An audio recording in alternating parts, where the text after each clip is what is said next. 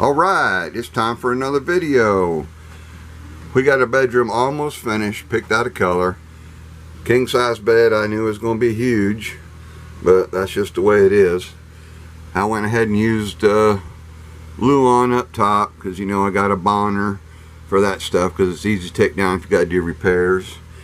I haven't put carpet down yet. We just went ahead and painted the floor, that porch, and deck paint.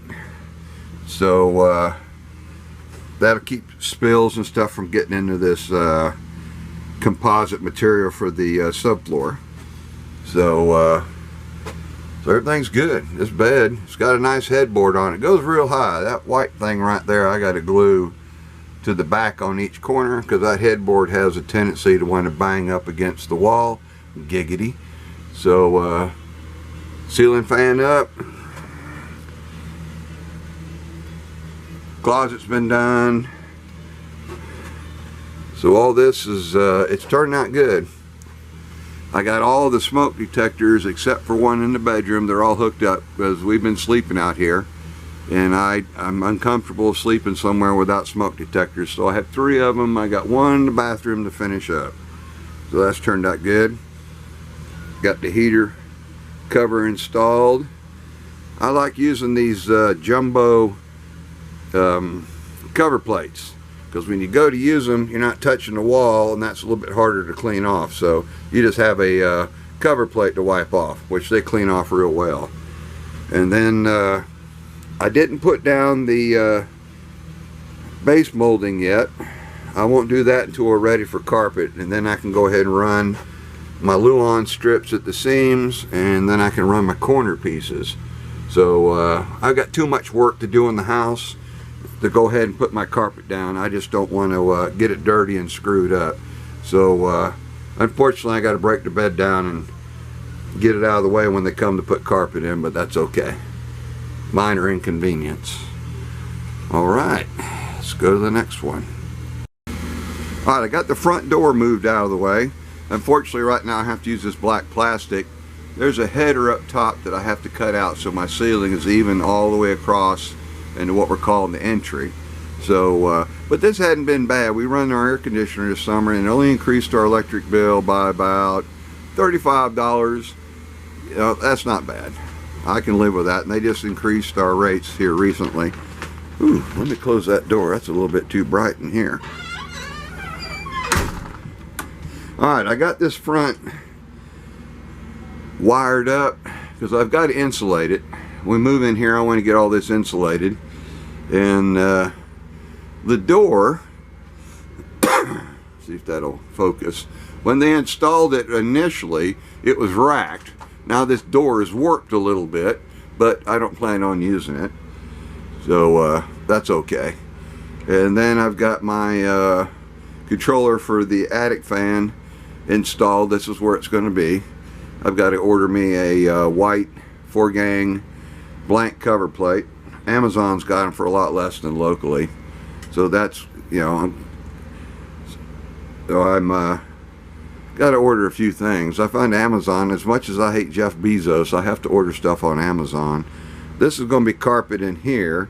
I've got to put a vapor barrier down eventually to keep the air from coming in here, but I won't do that until I do something with the shelves. I'm going to go up to the ceiling and support them that way so I can crawl around on the floor and do boxes, switches for outlets. I've got a switches for lights. And then I've got to put me a closet in here, and that Romex up there, that's my first run. I've got to run one more. That's for the AC and the heater, and then I've got to run one more for the outlets and lights, so that won't be too bad. So of course our entryway light. Oh, also too, I went ahead and cut out for my dog door. I've got it covered up now because I've had to do some paint. I painted the after I cut it out, I primed and painted the studs in case any water wants to get in there, but I doubt it will.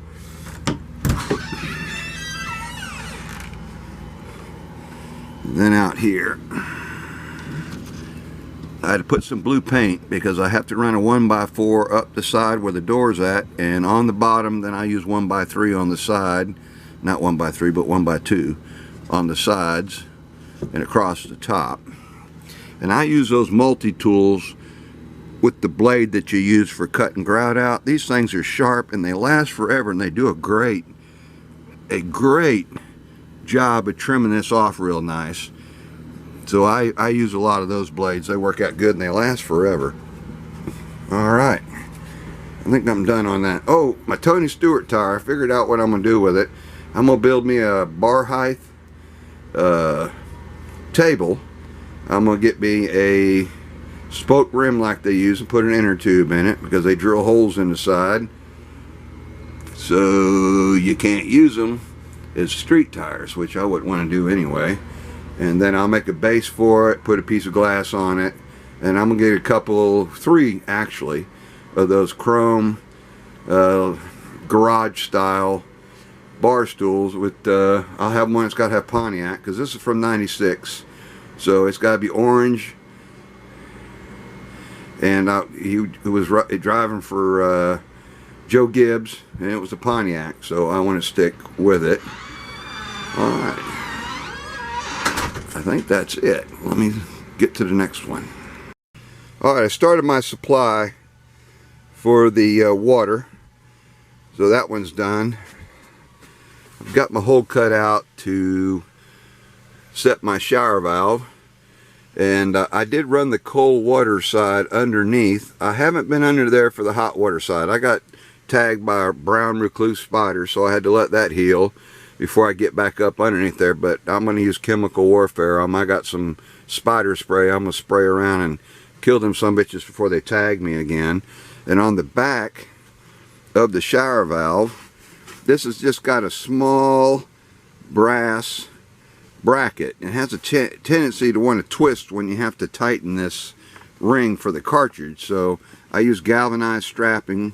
Of course, I put tape around anywhere it would be touching the brass, so I wouldn't have any issues with that.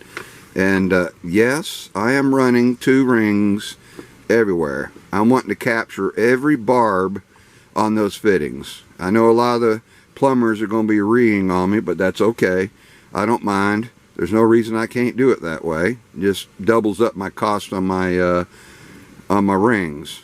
But then I use a no gauge on every single one I do. I check it, make sure it's still crimping it properly. So I've got the my washer box done, and then let's go over to the kitchen.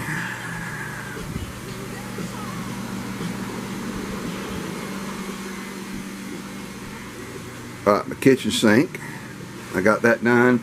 I had to buy a water heater. I'm putting that, it's a 30 gallon, a little bit small, but it's good for 2 people.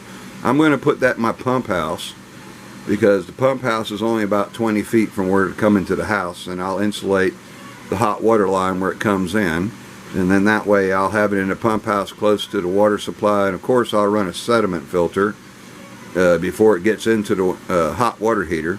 That way I won't get a ton of sediment. I'll have plumbing hooked to the drain on it, and I'll just turn the breaker off for it and run some water through it to get the sediment out. Now here in the kitchen, I've already started on my thermal barrier.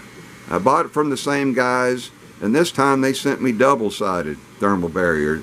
Them guys, every time, it was supposed to be 16 inches wide, and they sent me 18 inches wide. So I don't know what's going on in there in their warehouse, but it's okay. It works fine. Now up there where I missed it, my microwave goes up there, and I have to use, I think it's 3x9 rectangular vent. I'll make me a 90 and go through the wall and then put me a vent outside, because I'm not going up, and I don't like poking holes through a metal roof, so I'm just not going to do that. Now you can see I've got the wiring done for the kitchen, and I got my plumbing done, so everything's copacetic on that. Now I'm going to let the cat out of the bag. My kitchen is going to be like a garage. I'm using concrete countertops. My door inserts for my cabinets are going to be aluminum diamond plate, and then on the floor is going to be that black or gray, I haven't figured out, that rubber diamond plate that you use in garages and shops like that.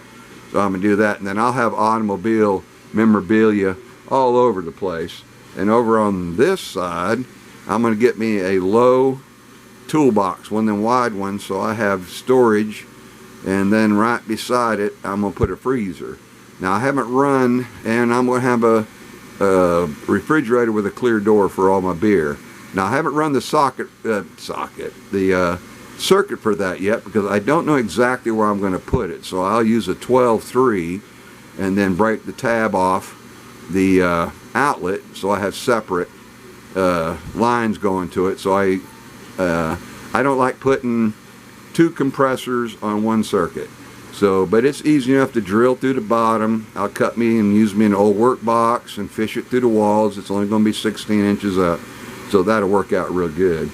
So, and I got my, that light's too much. I've got my ceiling fan spot set, but I'm going to run me a 2x4 from one truss to the next, because these things are tall and they'll want to wobble a little bit. They'll want to wobble back and forth a little bit, so I'll just join two together and that'll stop that. Now the wire poked down here is for my microwave. I like to put that on its own circuit, and then down here is the refrigerator. It's on its own circuit. So, and then up top, where above my cabinets, I'm putting LED lights on top of the cabinets, and then I'm putting LED lights underneath the cabinet. I wanted a good place to plug them in, and the switches for that right there. So that's worked out good. And then the way I wired it, I'll just put one GFCI outlet right there, and that'll protect everything. So that actually kind of worked out good. And then this switch here is for my bar lights. It goes up, and I got it poked down. I am going to put a bar across here and make it concrete, but I've got to determine how far out it goes. So I just ran a wire for the first junction box so I can loop them. Now going up to the front, I just drilled me an 1.5 inch hole, and I just pull all my wires where they need to go. And then I've got a hole drilled where it goes up front. Up front I've got one circuit pulled for the outlets, and then I've just got to pull one for the AC and the air conditioner, or vice versa. I can't remember which one I pulled up there. Also, I think that's it for this one. Let me go back to my list. Alright, put me a new breaker box in. I sounded like a tard last time about the limited spaces on that bus bar. Well, I totally forgot that was a 100 amp box. So I replaced it with a 125 amp. And I've gotten away from Square D. You can't find that stuff. It's like they've just given up on it. So that is a Eaton, which Eaton bought Cutler Hammer. And I'm using the little stack breakers, so I won't run out of space. And then I'm going to run a piece of conduit down through the floor for that circuit that I have to run for the refrigerator and my beer cooler. So that's worked out good. And I'm trying to keep it as neat as possible in there. And of course I've got a bunch of circuits that I haven't pulled through yet. I don't want to put any power on them yet or get in the way. So that's worked out real good. Now I bought my water heater here. That was $512 for a 30-gallon water heater. I just can't believe how much those things were. So I'm going to put it in the pump house and run me a number 6 out there, because I've got the well. And I bought a roll of 12-2 and 300 foot of number 6, and that was over $500. Now I've got a piece of number 2 that'll reach for my ground, and I called my electrical inspector, and he says, yeah, you can use bigger, but not too small on your ground. So I'll just have an extra ground. And everywhere, my disconnect switch outside that hooks to this, my well will have a breaker box, and I have a breaker box in the back of my tiny house. So I'm going to get some 8-foot copper clad ground rods and get them all grounded, because we get lightning all the time. This has been a hell of a summer. Rains every afternoon, lightning, big time. So we've been real lucky about lightning. So that's worked out real good. Alright, that's it for this part. Alright, this is going to be the last one. I don't know if you all have noticed in the past that I like to collect old memorabilia. Now this is a vintage mount of the day the Earth stood still with the laser disc, which I think it looks pretty cool. And then it includes Michael Remy's autograph, and I couldn't find a small one to put over here of Patricia Neal. I may still look for one and do that, but I've got an 8x10 with Patricia Neal's autograph on it. I just love that movie, and I collect a lot of this old stuff. Just kind of fun. And then the way I'm going to set my house up, it's just going to look like a museum in here. Old albums, old stuff up on the upper shelves. So that was a recent acquisition. And I find where I buy this stuff's in California. There's a lot of collectors and people that's gotten autographs of this stuff, and they're in California. That's where I got my John Wayne and Jimmy Stewart autograph and my Maureen O'Hara. So that's on eBay. And I haven't got screwed yet. Everything looks authentic. And I have a book that shows what their autographs look like, so you can kind of compare it. Make sure I ain't getting screwed. I bought a John Wayne one that was supposedly signed by a ballpoint pen, but whenever I turned it sideways, you could tell the ballpoint pen didn't put an impression in the picture. So he gave me my money back. That was a good copy, but it was truly fake. So this is the last one for this time, and until next time, as always, y'all have a good one.